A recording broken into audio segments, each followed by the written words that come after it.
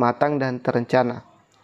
Alasan pemilihan jawaban, tujuan utama dari proyek penelitian yang direncanakan oleh Bu Vera adalah untuk meningkatkan pemahaman siswa tentang masalah pengangguran dan melatih mereka untuk berpikir kritis serta mencari solusi. Dengan demikian, siswa tidak hanya mendapatkan pengetahuan tentang masalah sosial yang penting, tetapi juga mengembangkan keterampilan yang berguna untuk masa depan. Coba kita lihat opsi-opsinya. Yang pertama adalah mengarahkan, kita klik di sini, dia akan otomatis tercentang. Yang kedua adalah melatih siswa, kita lihat opsi keempat, dia melatih siswa. Yang kelima, membimbing siswa cara menyelesaikan masalah. Ini opsi kelima yang terakhir ya Bapak Ibu. Assalamualaikum warahmatullahi wabarakatuh. Apa kabar Bapak Ibu guru hebat, calon guru profesional? Pada video kali ini kita akan lanjut lagi membahas soal tryout, tapi mapel yang saya akan bahas ini adalah mapel ekonomi ya. Bagi yang belum subscribe, mohon bantuannya untuk subscribe, like, dan bantu share ke sosial media Bapak Ibu guru sekalian. Nah, besok insya Allah saya akan bahas juga sosiologi ya. Setelah itu saya akan kembali ke bahasa Indonesia dan IPA, karena saya lihat di komentar, maaf, komentar belum sempat ada yang saya respon karena kesibukan Bapak Ibu guru. Ini lagi sebenarnya saya lagi kurang fit, jadi mohon maaf kalau pembahasannya agak kurang begitu bagus ya. Lagian sekarang sudah jam hampir setengah 11 ya, hampir jam 11 Bapak Ibu. Nah, bagi Bapak Ibu yang ingin memesan refleksi studi kasus, bisa chat saya di sini. Dan soal pembahasan lengkap ekonomi 50 nomor, bisa chat saya di sini. Soal-soal lainnya juga Bapak Ibu, jika Bapak Ibu ingin dibahaskan, biologi, seni budaya belum ada, silahkan kirim soalnya ke saya dan saya akan bahas di sini Bapak Ibu. Baik, untuk pemesanan soal itu berbayar ya Bapak Ibu. Jadi saya ingatkan lagi, pemesanan soal berbayar. Karena saya juga membayar beberapa orang guru hebat yang berkecimpung di MGMP Mapel masing-masing untuk membantu saya menjawab soal-soal yang Bapak Ibu guru kirim. Baik, kita lihat soal yang pertama. Ini Pak Rahman akan mengajar materi kegiatan pokok ekonomi di kelas khusus olahraga bagi siswa yang mempunyai bakat istimewa di bidang olahraga. Siswa di kelas ini cenderung sulit berkonsentrasi dalam situasi belajar yang statis dan pasif. Strategi pembelajaran yang sebaiknya dikembangkan Pak Rahman adalah: pilihlah jawaban yang benar dengan memberi tanda centang. Jawaban benar lebih dari satu. A. Simulasi kegiatan produksi. B. Diskusi kelompok mengenai perilaku konsumen. Yang ketiga, ceramah divariasikan tanya jawab mengenai kegiatan pokok ekonomi. Yang keempat, role play. Siswa berperan sebagai konsumen, produsen, dan distributor. Yang kelima, studi lapangan wawancara kepada pemilik perusahaan di sekitar sekolah. Jadi soal ini adalah soal pilihan ganda kompleks yang sempat saya bahas beberapa waktu lalu Bapak Ibu. Kita memilih lebih dari satu jawaban benar. Ini nanti dia bentuk kotak-kotak, kita tinggal klik jawaban yang kita anggap benar dan dia akan tercentang otomatis Bapak Ibu. Baik, saya kasih waktunya sekitar kurang lebih 5-10 detik untuk dijawab. Silahkan dijawab dulu Bapak Ibu. Siapa tahu Bapak Ibu ingin menguji kemampuannya. Dan kalau jawaban saya dianggap keliru, bisa berkomentar. Silahkan berkomentar, tulis jawaban yang benar, biar teman-teman guru yang lain bisa belajar dan membandingkan jawaban. Baik, kita lihat. Saya yakin Bapak Ibu sudah jawab. Nah, jadi jawaban yang tepat adalah Strategi pembelajaran yang sesuai dengan kondisi siswa yang cenderung sulit berkonsentrasi dalam situasi belajar statis dan pasif adalah strategi yang lebih interaktif ya, dan melibatkan kegiatan praktis. Dengan mempertimbangkan hal tersebut, jawaban yang tepat untuk strategi sebaiknya dikembangkan Pak Rahman adalah yang pertama itu melakukan simulasi kegiatan produksi. Yang kedua adalah role play, siswa berperan sebagai konsumen, produsen, dan distributor ya. Kemudian yang ketiga, studi lapangan wawancara kepada pemilik perusahaan di sekitar sekolah. Ini dia penjelasannya. Kegiatan simulasi, role play, dan studi lapangan memungkinkan siswa bergerak dan berpartisipasi aktif sehingga sesuai untuk siswa dengan minat di bidang olahraga yang biasanya lebih aktif dan kurang suka belajar secara pasif. Sementara itu, metode ceramah divariasikan, tanya jawab cenderung lebih statis dan kurang efektif bagi tipe siswa yang seperti ini.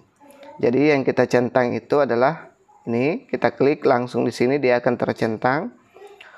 Kemudian role play, kita klik, dia akan tercentang, dan kita klik, dia akan tercentang.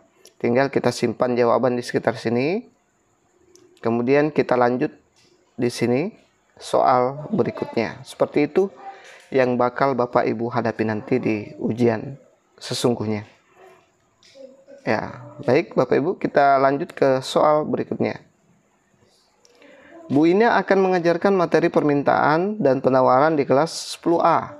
Berdasarkan tes diagnostik, ditemukan bahwa para siswa memiliki profil belajar yang berbeda dilihat dari gaya belajarnya. Bila Bu Ina akan menerapkan pembelajaran berdiferensiasi dari sisi proses, maka strategi yang dilakukan Ibu Ina adalah menugaskan siswa untuk pilihlah jawaban yang benar dengan memberi tanda centang. Jawaban benar lebih dari satu. Opsi pertama, menggambar kurva permintaan dan penawaran di buku tulis masing-masing. Opsi kedua, menghitung elastisitas permintaan, kemudian menuliskan jawaban dan papan tulis secara bergantian di papan tulis ya. Kemudian opsi ketiga, menyusun ringkasan materi permintaan dan penawaran dalam bentuk PPT, peta konsep, poster, atau esai. Opsi keempat, mempelajari kasus permintaan dan penawaran melalui buku pelajaran, koran, majalah elektronik, siniar, platform berbagi video, atau televisi. Yang terakhir, mengerjakan soal permintaan dan penawaran dalam lembar kerja siswa atau LKS, kemudian mencocokkan jawabannya bersama-sama. Silahkan dijawab dulu Bapak Ibu. Ini agak sulit ya, soal-soal seperti ini tuh agak sulit. Dibutuhkan pemahaman yang bagus tentang apa yang diminta oleh soal. Baik, sambil Bapak Ibu menjawab, sekarang itu pemerintah benar-benar memudahkan kita untuk lulus di UKPPG karena terbukti tahap 1 dan tahap 2 itu benar-benar banyak yang keluar dari tryout. Jadi kita tidak perlu susah-susah lagi mencari ribuan soal. Saya dulu sampai ribuan soal Bapak Ibu yang saya kumpulkan untuk UP ya, dan kita tidak tahu yang mana bakal keluar. Bahkan soal FR pun sangat sulit untuk ditemukan. Kalau sekarang tidak perlu repot mencari soal FR, tinggal ke tryout saja kita sudah menemukan banyak soal FR di situ ya, sangat banyak yang keluar dan paling tidak mirip ya, paling minimal itu mirip sekali. Kalau kita kuasai pembahasannya, insya Allah akan mudah untuk kita jawab. Baik Bapak Ibu, saya yakin Bapak Ibu sudah mengunci jawabannya. Kita lihat. Jadi jawaban yang benar adalah yang relevan dengan pembelajaran berdiferensiasi dari sisi proses ya. Itu yang pertama, menyusun ringkasan materi permintaan dan penawaran dalam bentuk PPT peta konsep, poster, atau esai. Kemudian yang kedua yang benar adalah mempelajari kasus permintaan dan penawaran melalui buku pelajaran, koran, majalah elektronik, siniar, platform berbagi video, atau televisi. Kedua strategi ini memungkinkan siswa dengan gaya belajar yang berbeda-beda, ada visual, audio, auditory, dan ada kinestetik, untuk memproses informasi dengan cara yang sesuai dengan preferensi mereka. Jadi yang kita centang di sini, yang kita klik yaitu menyusun. Kita lihat ya, ini kita klik. Kemudian mempelajari, ini kita klik. Oke, kemudian simpan jawaban di sini. Warna hijau, baru kita lanjut warna biru di sini. Baik, Bapak Ibu, kita lanjut ke soal berikutnya. Jangan lupa subscribe, like, dan bantu share. Pak Tito akan mengajarkan materi struktur pasar di kelas 10A.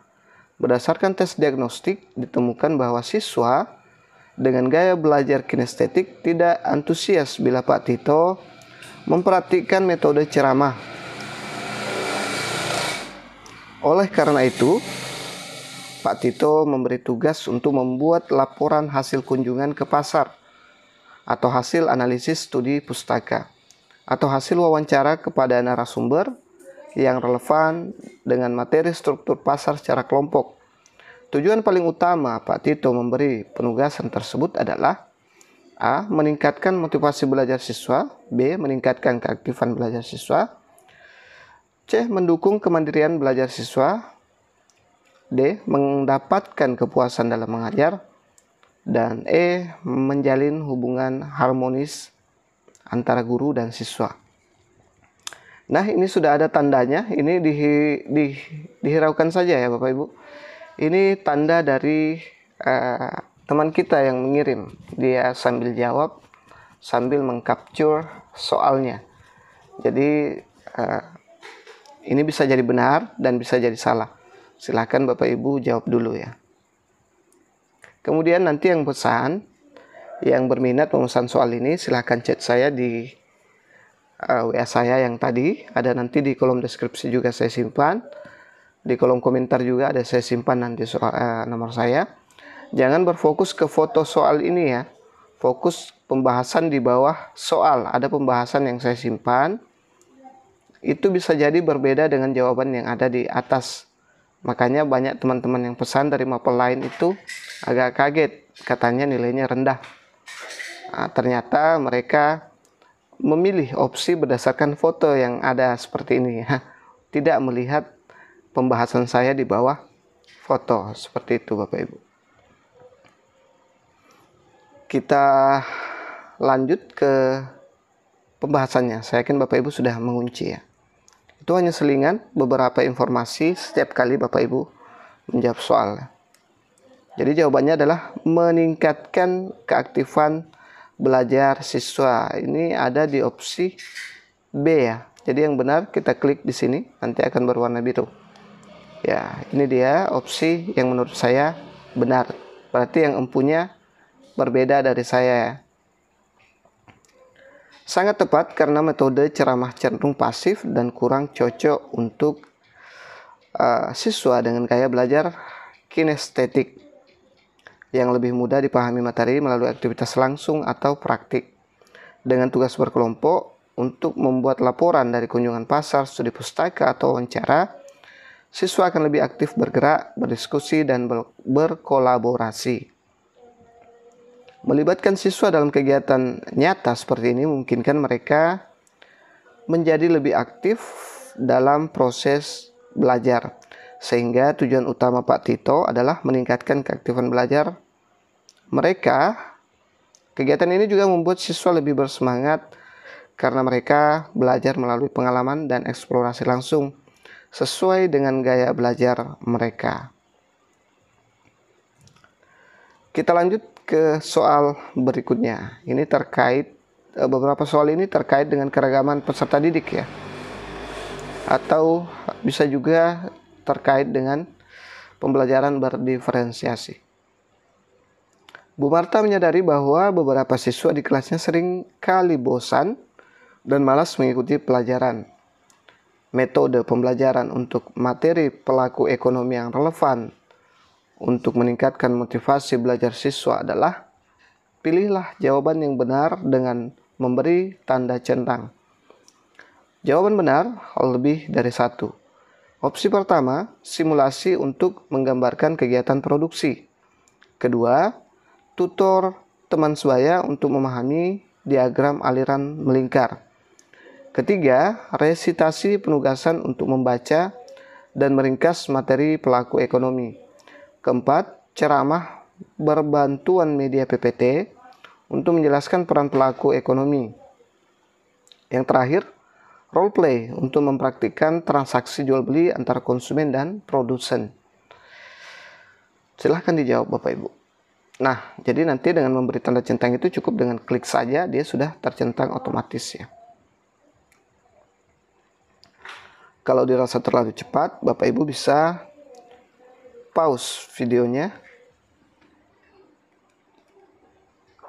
biar bisa lama berpikir kalau memang butuh waktu lebih lama untuk berpikir. Sebenarnya idealnya itu adalah lebih dari 2 menit untuk Bapak Ibu berpikir dalam satu soal. 50 nomor 120 menit kalau saya tidak salah. Kurang lebih 2 menit ya. Baik, kita langsung ke pembahasannya. Saya yakin Bapak Ibu sudah mengunci jawabannya. Metode pembelajaran yang relevan untuk meningkatkan motivasi belajar siswa dalam materi pelaku ekonomi adalah yang pertama itu simulasi untuk menggambarkan kegiatan produksi. Jadi kita centang, kita klik saja, ini akan tercentang. Yang kedua adalah role play untuk mempraktikkan transaksi jual beli antara konsumen dan produsen. Transaksi role play ya. Opsi kelima ya.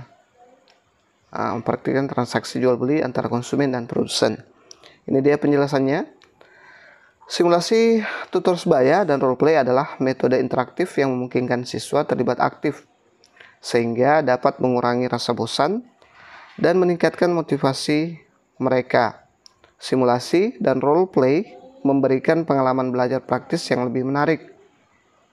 Sedangkan tutor sebaya memungkinkan siswa saling membantu yang dapat membuat mereka lebih termotivasi dalam memahami materi bersama.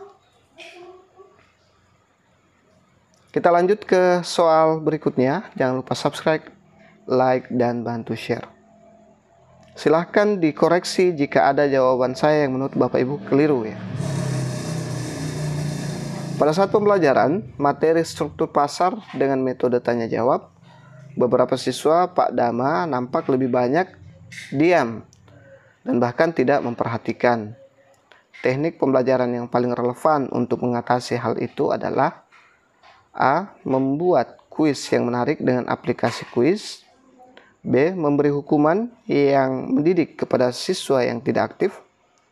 C. Membagi daftar pertanyaan dan meminta siswa menjawab sesuai kemampuan. Selanjutnya, membentuk kelompok belajar dengan anggota yang keaktifan belajarnya heterogen. Dan yang terakhir, E. Meminta semua siswa membuat sebuah pertanyaan sesuai materi, kemudian saling menukarkan. Silahkan dijawab, Bapak Ibu.